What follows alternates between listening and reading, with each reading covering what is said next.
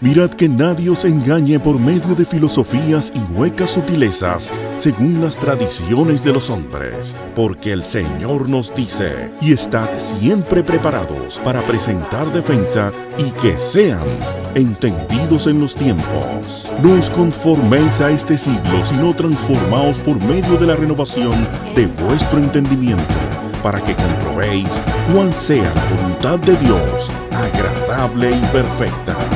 Entendiendo los tiempos. Hoy vamos a estar viendo la segunda venida de Cristo, mito o realidad. Las Escrituras nos enseñan que Cristo volverá a la tierra y esta doctrina es la base de la esperanza del cristiano, porque es el evento que marcará la consumación del plan de Dios. No hay un verdadero cristianismo si no creemos y damos una respuesta apropiada a esta realidad. La segunda venida de Cristo, mito o realidad. Pero antes de empezar a hablar del tema, hoy tenemos con nosotros, Salvador, al invitado nuestro que nos había votado. Es que él andaba por otros lares. Así mismo es. Sujel, la semana pasada, mira, Salvador es un buen pastor, un buen predicador, tremendo teólogo, pero no da los anuncios como tú. Tú puedes dar el anuncio. ¿Qué anuncio tú tienes para hoy, Sujel? Bueno, la verdad es que estamos otra vez muy entusiasmado con la manera como las personas están usando la página de Facebook de Entendiendo los Tiempos, y animamos a las personas a que se comuniquen con nosotros, aún nos den ideas de programas que quieren escuchar. No quiere decir necesariamente que todas las ideas van a ser satisfechas, pero eso nos da una idea de lo que la gente tiene interés de escuchar y inquietudes que podemos responder a través de la palabra de Dios, o cualquier otro tipo de comunicación que quieran tener con nosotros, pueden hacerlo a través de... ¿Cuál es la dirección de la página? ¿Cómo que tú lo dices? No, es Entendiendo los Tiempos en Facebook. Eso es muy sencillo. No hay ninguna dirección, no hay nada complicado. Hasta una persona como tú lo puede encontrar fácilmente. Salvador la semana pasada no quería dar el anuncio así. Por otro lado, dime, ¿Cómo te fue en el viaje a Ecuador, que estuvimos orando? Bueno, realmente estamos muy entusiasmados con lo que sucedió en Ecuador. Esta noche vamos a dar un reporte a nuestra iglesia, pero había por lo menos 50 iglesias representadas. Algunos viajaron hasta 8 horas de distancia en Ecuador para llegar a la conferencia en Guayaquil. Habían como 239 personas que se dieron cita en la conferencia. Líderes, habían como 12 pastores. Realmente estamos muy contentos. Es la primera conferencia que se hace todos los años. La idea de la iglesia allí, la Iglesia Bautista Reformada en Guayaquil, es hacer las 5 solas, y este año fue sola escritura, un buen punto de inicio. El año que viene va a ser sola gracia, así que debemos ir orando. Y tuvimos algo interesante porque tuvimos también una conferencia hacia Perú desde Ecuador, y pudimos a través de la internet conectarnos con los pastores en Perú que estaban escuchando esta conferencia, así que también fue una bendición en ese sentido. Estamos muy contentos. La segunda venida, como anunciamos, mito o realidad. Muchas personas piensan y miran al Medio Oriente continuamente, y ellos piensan que si allá hay problemas, eso es el cumplimiento de profecías y que el Señor viene. ¿Qué ustedes le dirían a esas personas? Ciertamente la teología que nosotros tengamos, o la forma como abracemos la enseñanza bíblica acerca de las últimas cosas, va a dar color o nos va a colocar ciertos lentes sobre cómo ver los acontecimientos actuales. Y ciertamente hay teología de las últimas cosas, o la llamada escatología, que nos hace mirar hacia Medio Oriente para nosotros de ahí derivar o conocer si ya Cristo viene pronto o si no lo es. Pero yo creo que hay mucha confusión al respecto y mucho de ciencia ficción que ha llegado a los oídos de los creyentes a través de literatura que no trata con solidez, con profundidad, con peso, algunas de las enseñanzas con respecto a lo que Cristo decía de cuándo Él volvería. Pasajes como Mateo 24, Mateo 25, textos en las epístolas de Pablo a los tesalonicenses son interpretadas de una forma que, en conjunción con algunos pasajes del Antiguo Testamento y Apocalipsis, obviamente, llevan a las personas a identificar personajes históricos, eventos, como si fueran profecías tipo Nostradamus, que podemos identificar el asesinato de quién fue que mató a Kennedy por una profecía que él había hecho hace tantos años atrás, etcétera. No creemos que Dios dio la profecía para ver esos detalles de esa forma. Sensacionalista. Como si el ataque de Israel en el día de hoy fue un cumplimiento particular de la profecía. Yo creo que se ha ido la mano de la identidad de Israel en cuanto a que nosotros cómo debemos ver al pueblo de Israel hoy, al pueblo de los habitantes de Palestina en el ambiente profético, y es algo que ya hemos tratado en otros contextos, otros programas. Sujel mismo ha escrito sobre ese tema en su blog. Yo recomiendo la lectura de esos artículos. Hay sermones también en la página de nuestra congregación sobre eso, que creo que ayudarían a interpretar con solidez, con peso, algunos de los pasajes que hoy se interpretan tan ligeramente para casi salir en los periódicos, por así decirlo, la profecía del Antiguo Testamento. Es nuestro deseo en este día, aquellos que nos escuchan y que nos ven a través del internet, de que podamos establecer a la luz de la palabra de Dios lo que nos enseña acerca de la segunda venida de Cristo y cuál debe ser nuestro enfoque a esta realidad como cristianos. Nosotros tenemos una esperanza, somos motivados por la segunda venida de Cristo. Eso debe inspirarnos también, tener compasión por aquellos que se pierden. Debe ser una consolación para los que están en sufrimiento. Eso debe trabajar en nuestro carácter como cristianos para nosotros estar caminando en santidad, agradando a Dios y expectantes, esperando al Señor. Y esperamos, si es la voluntad del Señor, poder establecer esto con los principios de la palabra de Dios en estos dos programas. De hecho, te iba a decir, Eduardo, y a las personas que nos están viendo por la internet, que seguro hay entre nuestros oyentes y los que van a ver este programa luego en YouTube ya grabados, van a haber creyentes que tienen diferentes posturas teológicas con respecto a este asunto. Y yo quisiera de antemano pedirles dos cosas. Una, que traten en la medida de lo posible de sopesar los textos bíblicos y los argumentos que vamos a estar dando aquí con la mayor objetividad posible y con Biblia en mano, pero al mismo tiempo traer la nota de que aunque este programa va a tener que hablar de cosas que son polémicas, nuestra intención no es polémica. Nuestra intención más bien es traer de nuevo a la realidad de la vida del creyente el hecho de que Jesucristo vuelve y el impacto que eso debe tener en nuestras vidas. Porque si de algo estamos seguros todos los verdaderos cristianos, no importa si son premilenialistas, amilenialistas, dispensacionalistas, cualquiera que sea la posición periodista que tengan con respecto a esto, una cosa es segura: Jesucristo volverá. Amén. Eso lo creemos y lo creemos firmemente porque la Biblia así lo enseña. Jesucristo vuelve y eso debe tener un impacto profundo en la vida de los creyentes. Perdón, Eduardo, antes de darte la palabra, solo quería citar este texto que siempre me ha llamado mucho la atención. Como Pablo, escribiendo a los tesalonicenses, les dice que ellos se habían convertido de los ídolos a Dios. Así es como Pablo define la obra de salvación que ocurrió en los tesalonicenses. Os convertisteis de los ídolos a Dios para, aquí está el propósito, servir al Dios vivo y verdadero y esperar de los cielos a su Hijo. Nosotros nos convertimos para estar a la espera de la segunda venida de Cristo. Así de importante es esto. Sí. Y yo creo que hablaba con un hermano en el día de hoy de cuán poco se celebra y se canta acerca de la realidad de la segunda venida de Cristo. Yo, por lo que puedo ver en las discusiones en Facebook, por lo que puedo ver en las librerías y los libros que se están publicando, el gran énfasis es lo controversial. Ajá. El gran énfasis es las cosas donde la Biblia no habla con claridad, cuando nosotros deberíamos estar aferrándonos de las cosas que están claramente enseñadas y expresadas en las Escrituras. Entonces, si esa es nuestra gran esperanza, sí, yo creo que eso debería ser tema de canción, debería ser tema de oración, debería ser tema de exhortación los unos a los otros.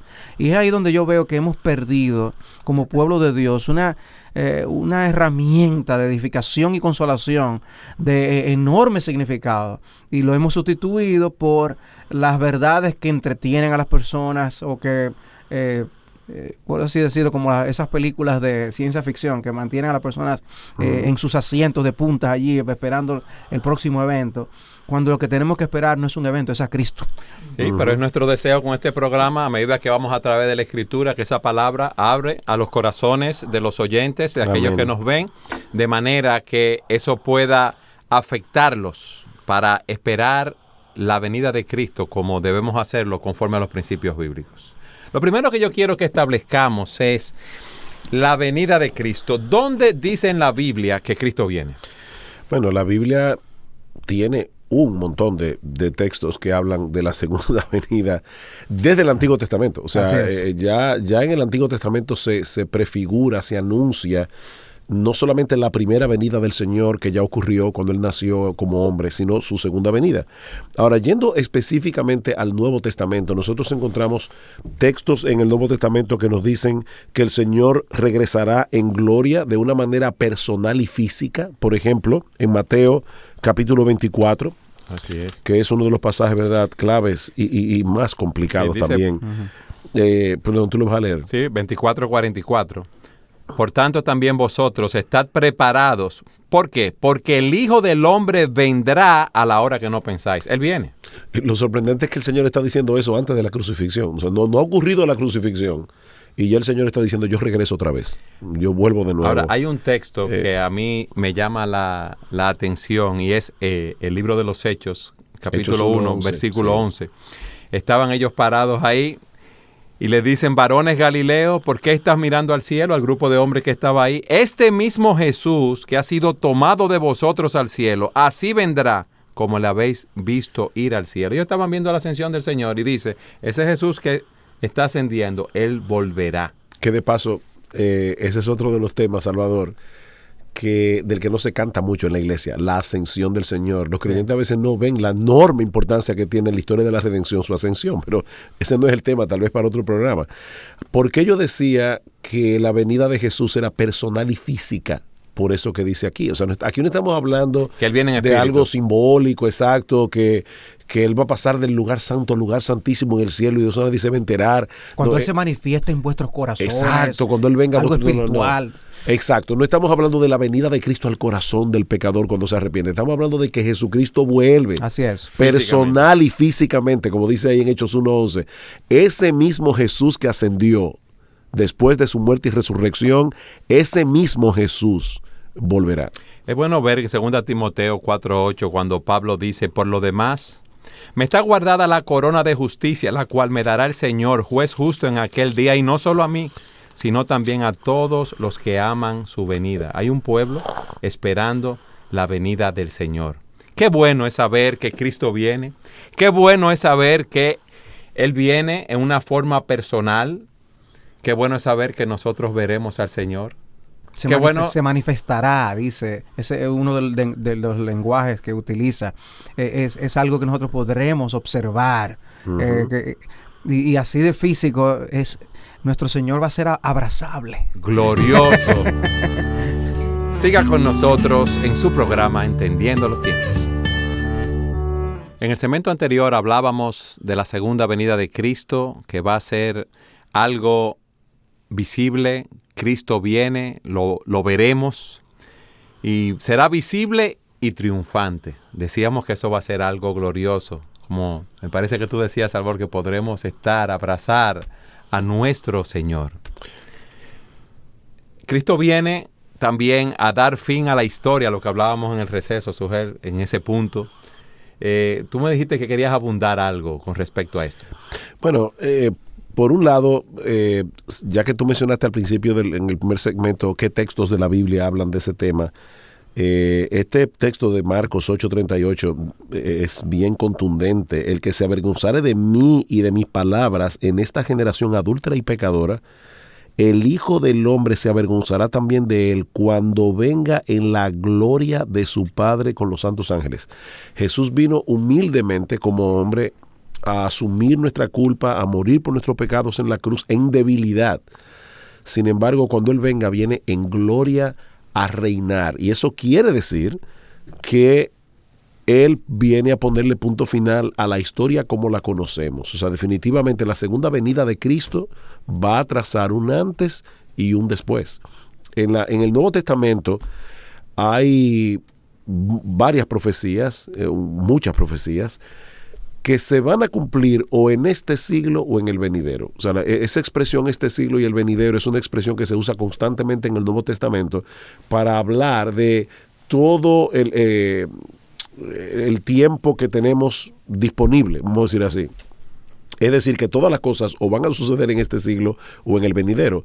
Y lo que marca la diferencia entre este siglo y el venidero es la segunda venida de nuestro Señor Jesucristo. ¿Recuerdan aquel pasaje famoso cuando los saduceos le dicen al Señor, porque ellos negaban que había resurrección? Y dice, y esa mujer que se casó con un hombre y murió, y se casó con otro hombre y murió, tenía muy mala suerte. Sí. Y se casó, bueno, lo que tenía mala suerte eran los esposos que se casaban.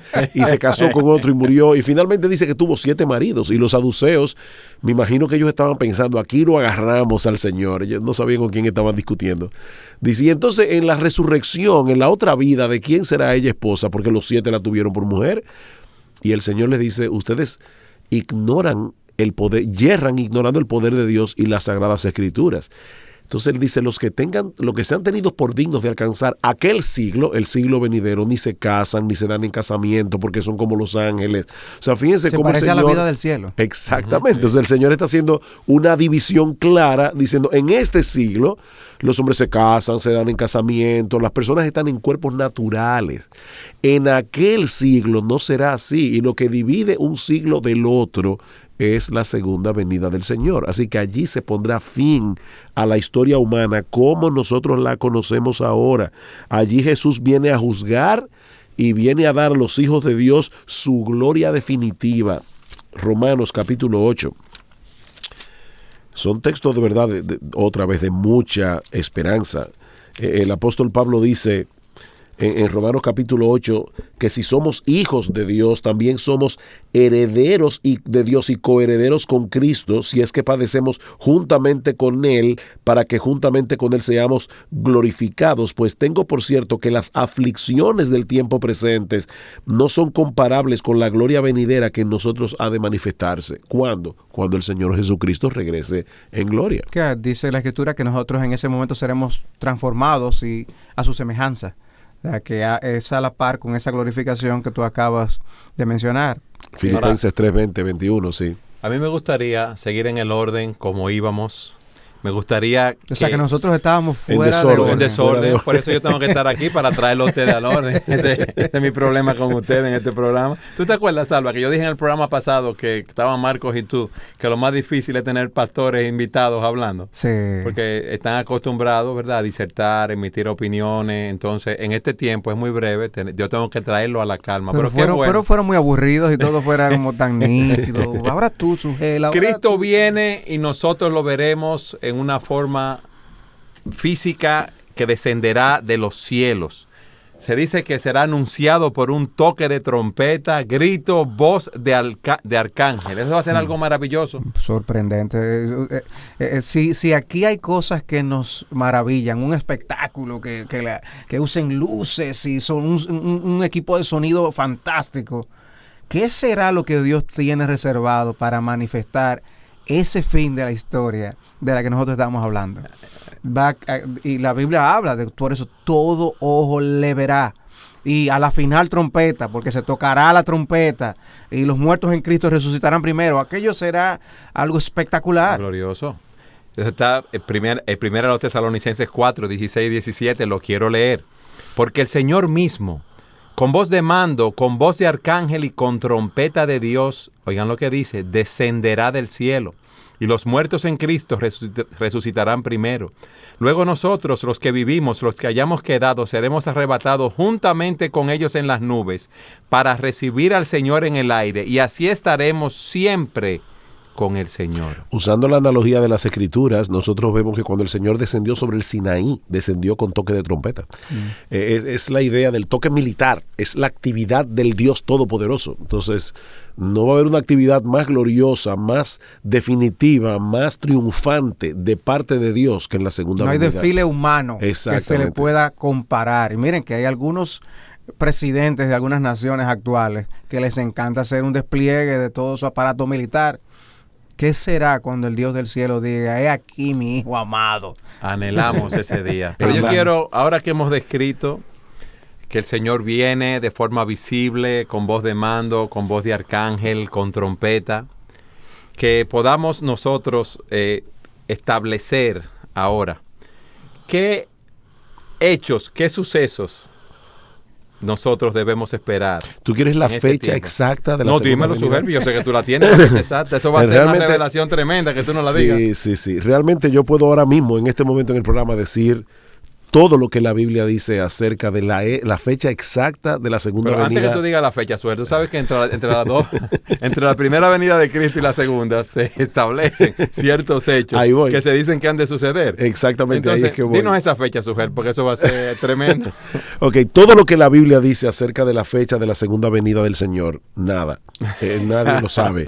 Nadie lo sabe. Así que cada vez que aparece una de estas vallas publicitarias que dicen el tanto de mayo de 1900, bueno, ya 1998 pasó, el 2000 no sé cuánto, el Señor dice claramente el día y la hora nadie sabe. Y algunos son tan creativos, ¿verdad?, en el manejo de las escrituras, que dicen, bueno, ni el día ni la hora, pero no dice el año. No, pero la idea es que no traten de definir eso, no traten de conocer lo que Dios no ha revelado. Me encanta lo que dice Francis Schaeffer acerca de este tema. Dice, ser bíblicos es hablar donde la Biblia habla y callar donde la Biblia calla. Y en esto la Biblia calla a propósito, Sí. porque dice que el Señor viene como ladrón. Sí, en ese contexto que dice que viene como ladrón, tanto Cristo como Pedro usan esa expresión. Y cuando Pedro la usa, dice que para el Señor 1000 años es como un día y un día como 1000 años, en el contexto de cómo nosotros debemos utilizar ese periodo entre las dos venidas para tratar de alcanzar a los perdidos, a quienes Dios le está dando oportunidad para el arrepentimiento. En los años que tenemos de casado, mi esposa y yo hemos tenido 4 veces la experiencia de ser robados, o sea, de que han entrado ladrones a la casa, 4 veces. Hasta ahora no nos ha pasado que ningún ladrón nos manda un aviso previo y nos dice, miren, prepárense que voy para allá. Es en el momento más inesperado. Ahora, volviendo a Mateo 24, que es el gran pasaje de los evangelios acerca de este tema y los pasajes paralelos en Marcos y en Lucas. Este pasaje está precedido obviamente de Mateo 23. Y eso es muy importante. A veces las personas van directamente a Mateo 24 y no ven que Mateo 24 es el resultado de lo que ha sucedido en Mateo 23. El Señor ha traído palabras de juicio muy duros contra los líderes religiosos de Israel. Y termina este pasaje, es ese pasaje cuando dice, ay de vosotros escribas y fariseos hipócritas. Y termina este pasaje diciendo, Jerusalén, Jerusalén, que matas a los profetas, apedreas a los que te son enviados. ¿Cuántas veces quise juntar a tus hijos como la gallina junta sus polluelos debajo de las alas y no quisiste? He aquí vuestra casa os es dejada desierta, porque os digo que desde ahora no me veréis hasta que digáis bendito el que viene en el nombre del Señor. Son estas palabras tan duras las que motivan las preguntas que se encuentran al principio del capítulo 24, cuando dice que cuando salen del templo, ellos están pensando, vuestra casa os es dejada desierta. ¿Y qué va a pasar con el templo? Con este edificio majestuoso y maravilloso en el que se manifiesta la gloria del Dios de Israel. Para los judíos, para los apóstoles, la destrucción del templo, eso tiene que ser el fin del mundo. Esa era la mente de ellos. Más grande que lo que pasó en septiembre 11 con las Torres Gemelas. Eso es un buen ejemplo. O sea, el mundo entero estaba atónito y los norteamericanos más. Bueno, el Señor está diciendo, mira, Jerusalén va a ser destruida, y ellos se quedaron con esto y el templo. Y entonces dice, cuando salen del templo y se iba, se acercaron sus discípulos para mostrarle los edificios del templo. Respondiendo él les dijo, o sea, el Señor sabía cuál era la intención. ¿Veis todo esto? De cierto os digo que no quedará aquí piedra sobre piedra que no sea derribada. Y estando él sentado en el monte de los olivos, los discípulos se le acercaron aparte diciendo, dinos. Y aquí vienen 3 preguntas. ¿Cuándo serán estas cosas? ¿Qué señal habrá de tu venida y del fin del siglo? Mateo 24 es la respuesta del Señor a 3 preguntas. Si nosotros no tenemos esto en mente, vamos a estar mezclando eventos, porque el Señor está hablando allí de estas cosas. ¿Qué son estas cosas? La destrucción de Jerusalén y la destrucción del templo, la señal de su venida y del fin del siglo o del fin del mundo. Esas son las 3 preguntas que se responden en Mateo 24. Es bueno aclarar a los oyentes y a las personas que nos están viendo que es un pasaje muy importante a la hora de nosotros tratar de interpretar la doctrina de las últimas cosas, pero que hay corrientes de interpretación. Hay una corriente que ve todo lo que hay en Mateo 24 como algo que ya sucedió. Son los preteristas, ¿no? Los preteristas. Hay otros que ven que todo lo que hay en Mateo 24 es futuro y entonces tratan de ubicar eventos allí, ¿no? de la escatología, y aún caen en eventos de escatología ficción. Y nosotros creemos que hay una manera de ver, interpretar el texto donde vemos ambas cosas.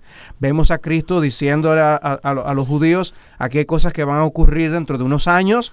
Hay un paralelismo en esa situación histórica que vendrá al pueblo de Israel con lo que será la segunda venida, cuando ya Cristo venga con los ángeles de su gloria, etcétera, etcétera, en un mismo capítulo. Pero si tenemos en cuenta el hecho de que los discípulos estaban mirando hacia la destrucción del templo como la hecatombe que iba a anunciar la venida del Señor, una de las cosas que el Señor le hace ver a los apóstoles en ese contexto histórico es: no, el templo va a ser destruido, pero mi venida todavía va a faltar mucho tiempo. Y de hecho, en cierto modo, lo que el Señor está diciendo en Mateo 24 es: podemos fechar la destrucción del templo, pero no mi venida. Exactamente. Porque no están, no son secuenciales, no son eventos secuenciales. De hecho, noten cómo el Señor responde, y este texto es importante porque hay muchos que nos están oyendo que seguramente han oído que si hay un terremoto, que si hay una guerra, esto que está pasando en Israel, y comienzan a decir ya,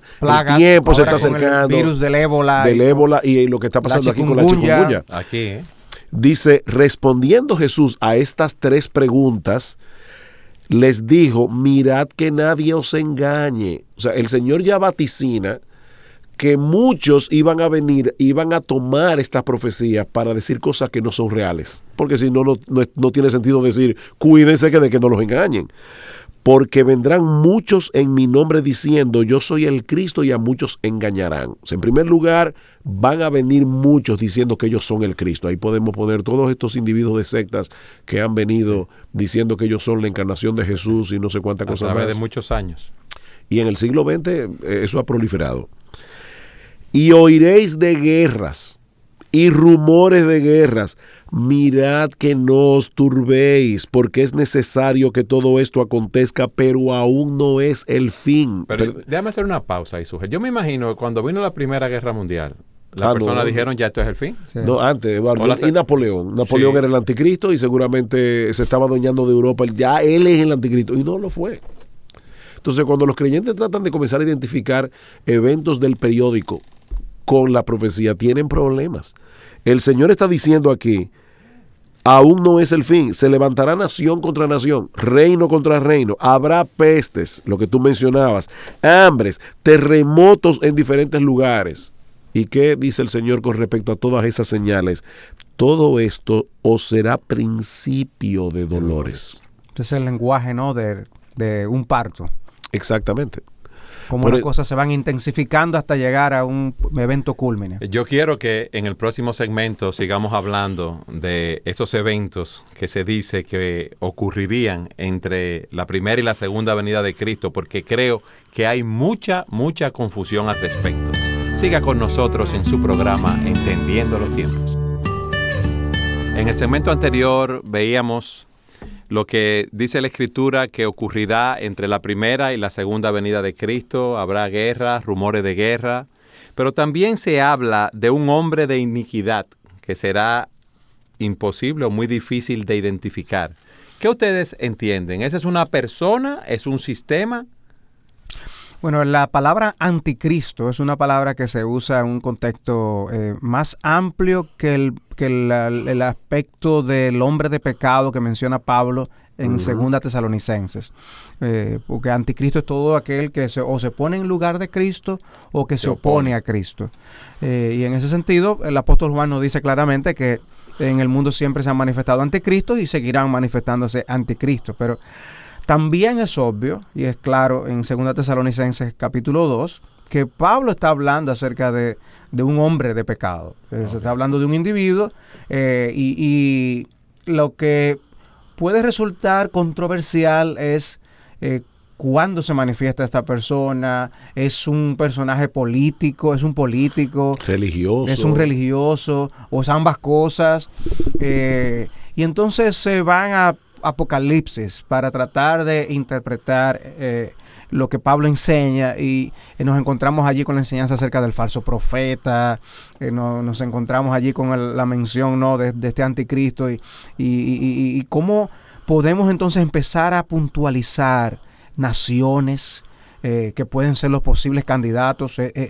Viene de un sistema religioso, es algún líder religioso de la actualidad, y empiezan a hurgar toda una planificación para detectar quién es y quién no es. Tan lejos llegamos que hay personas que cuando van a entrar a alguna... Tengo un caso en particular en mente. Alguien iba a entrar a Disney y le iban a sellar en la mano derecha, y no quiso que se la sellaran porque pensaba que esa era la señal del anticristo. No creo que debamos llegar tan lejos. Ese es un simple El libro de sello. Apocalipsis debe ser interpretado como un libro que tiene muchos símbolos y que tienen un significado. Muchos de esos símbolos se pueden explicar con mucha propiedad estudiando el lenguaje que usa el Antiguo Testamento en sus escritos de los profetas. Pero, ¿qué hacer nosotros con un texto como el 2 Tesalónica, que Pablo habla tan claramente?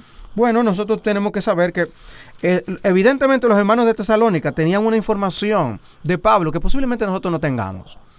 Pablo les habla acerca de cosas que parecen que eran muy conocidas. Pablo les dice: pero con respecto a la venida de nuestro Señor Jesucristo y a nuestra reunión con Él, os rogamos, hermanos, que no os seáis sacudidos fácilmente en vuestro modo de pensar, ni os alarméis, ni por espíritu, ni por palabra, ni por carta como si fuera nuestra, en el sentido de que el día del Señor ha llegado. Nadie os engañe, porque no vendrá. Y les habla como personas que ya tenían un conocimiento amplio, como que Pablo se había sentado a hablar con ellos algunas de estas cosas, o les había dado enseñanza al respecto. Pero nosotros no nos sentimos tan claros. Nosotros no estábamos allí, nosotros no somos de los tesalonicenses.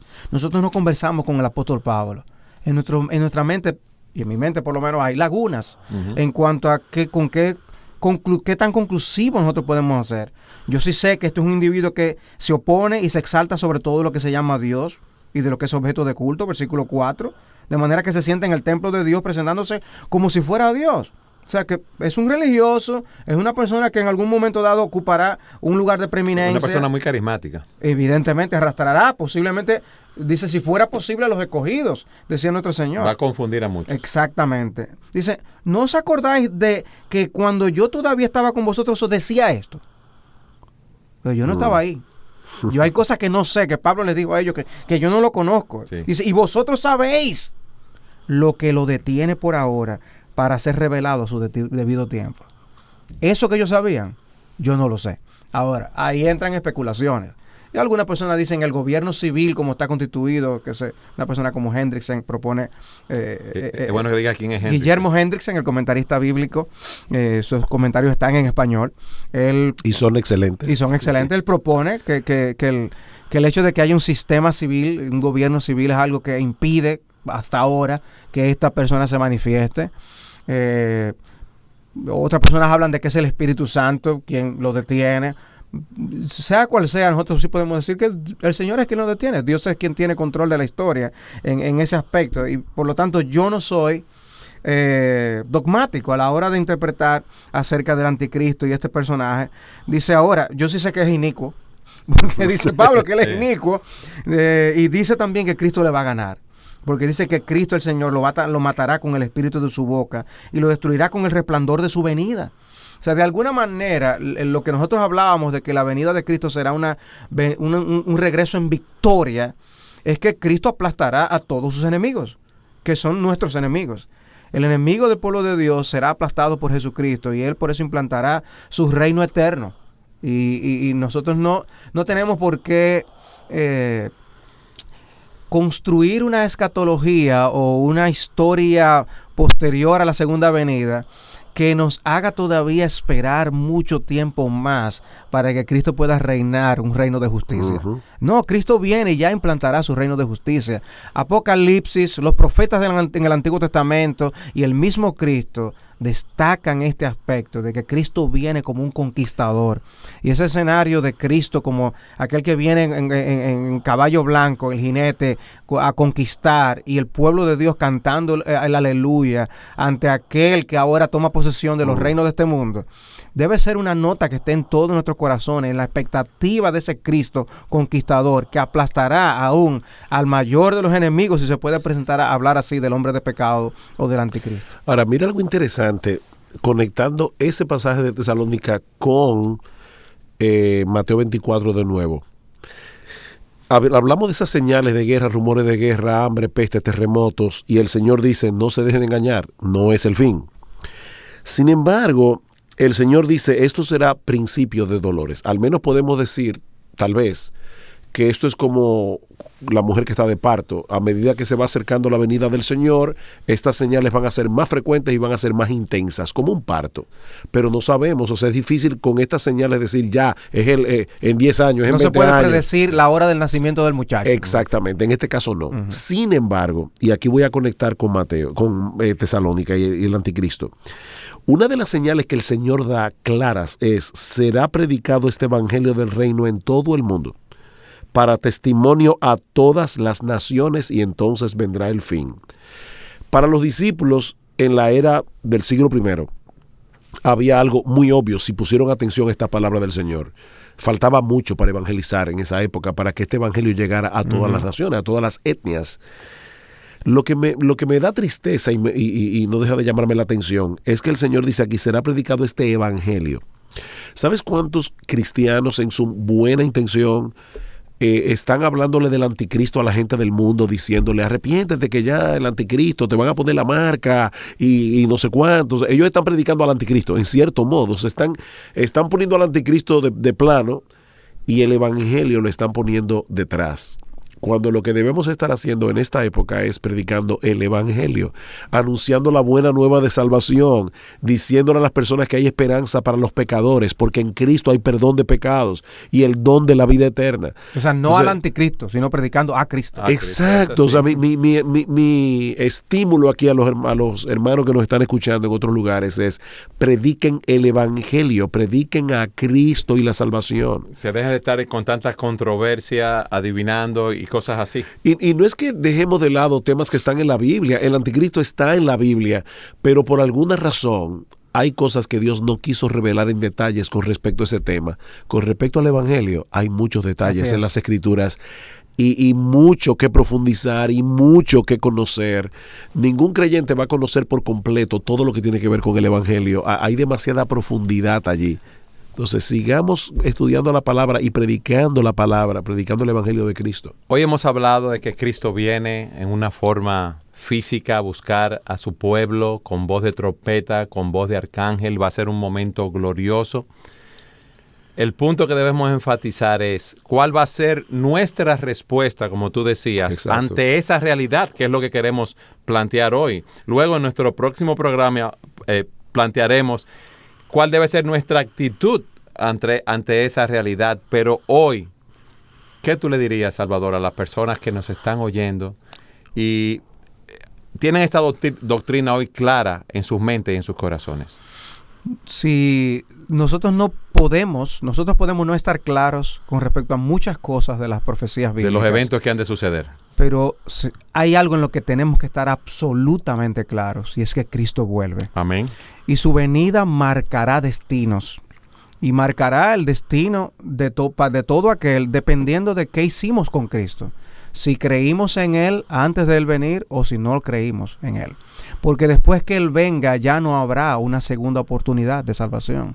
En otras palabras, este es el momento, antes de que Cristo vuelva, para nosotros creer en el Evangelio de Jesús, para nosotros arrepentirnos de nuestros pecados y abrazarle por la fe aún sin haberle visto. Y esos que abrazan por la fe sin haberle visto serán los que participarán con Él en gloria en su segunda venida.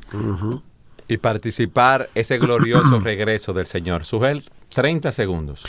Bueno, a los creyentes que nos están escuchando, nosotros tenemos que meditar más en el hecho de que nuestro Señor Jesucristo vuelve y vivir expectantes de ese evento, aunque no conozcamos los detalles. Algún día estaremos en la presencia del Señor, algún día todas nuestras tristezas se desvanecerán, todo pecado será aplastado y nosotros reinaremos en gloria con nuestro bendito Señor y Salvador Jesucristo. Eso es lo suficientemente glorioso como para ser un combustible que nos ayude a vivir una vida en santidad. Amén. Eso es lo que vamos a hablar en nuestro próximo programa, acerca de la esperanza que tenemos con la segunda venida de Cristo, la compasión, la fecha no la vamos a dar. Consolación, no la vamos a ya dar. Yo la di, ya yo la di.